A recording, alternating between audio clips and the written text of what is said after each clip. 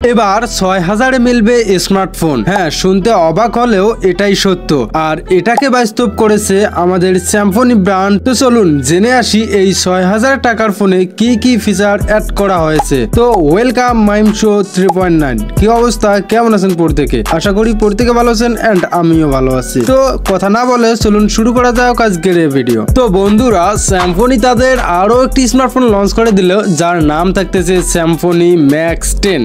তো এই ফোনটি মার্কেটে মাত্র ৬৯৯৯ টাকায় লঞ্চ করে দিয়েছে।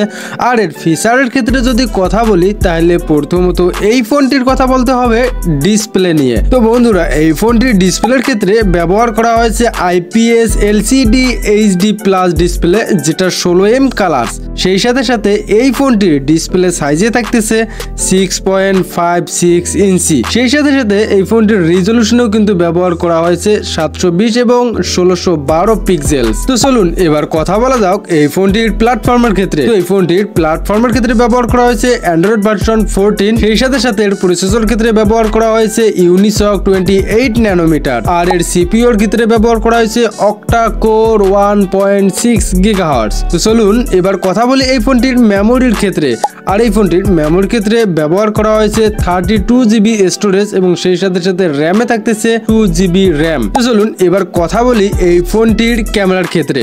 তো এই ফোনটির ক্যামেরার ক্ষেত্রে যেটা মেইন ক্যামেরা, সেটাতে ব্যবহার করা হয়েছে 5 মেগাপিক্সেল এবং সাথে আরো একটি ক্যামেরা দেখতে পারতেছেন, সেটাতে ব্যবহার করা হয়েছে মাত্র 2 মেগাপিক্সেল ক্যামেরা। তবে এই ক্যামেরা AI ফিচার সহ অন্যান্য সবকিছু ফিচার্স পেয়ে যাবেন। তবে ভিডিও রেকর্ডিং এর ক্ষেত্রে এটা দিয়ে সর্বোচ্চ আপনি 1080-30 fps এ ভিডিও রেকর্ডিং করতে পারবেন। তবে এই ফোনটির সেলফি ক্যামেরায় কিন্তু ব্যবহার করা হয়েছে 5 মেগাপিক্সেল। এই ফোনটির কানেক্টিভিটির ক্ষেত্রে যদি আমরা কথা বলতে চাই, তাহলে এই ফোনটির কানেক্টিভিটির ক্ষেত্রে ব্যবহার করা হয়েছে ওয়াইফাই, ব্লুটুথ, জিপিএস, NFC। সেই সাথে সাথে FM রেডিও থাকতেছে এই ফোনটিতে। আবার USB মাইক্রো USB 2.0 থাকতেছে আমাদের স্যামসং ম্যাক্স 10 ফোনটিতে। তো চলুন এবার কথা বলি এই ফোনটির ব্যাটারির ক্ষেত্রে। আর এই ফোনটির ব্যাটারির ক্ষেত্রে ব্যবহার করা হয়েছে 5000 mAh ব্যাটারি। সেই সাথে সাথে নন রিমুভেবল লিড পলি ব্যাটারি ব্যবহার করা হয়েছে স্যামসং এর এই ফোনটিতে। আবার চার্জিং এর ক্ষেত্রে ব্যবহার করা হয়েছে মোটামুটি 15 ওয়াট পর্যন্ত। তো এই ফোনটি তৈরি করা হয়েছে অবশ্য চায়নায়, আর এর কালারে পাবেন বেশ কয়েকটি কালার। তবে এই ফোনটি লঞ্চ হয়েছে কিন্তু 2024 সালের মার্চ মাসের 13 তারিখে। তো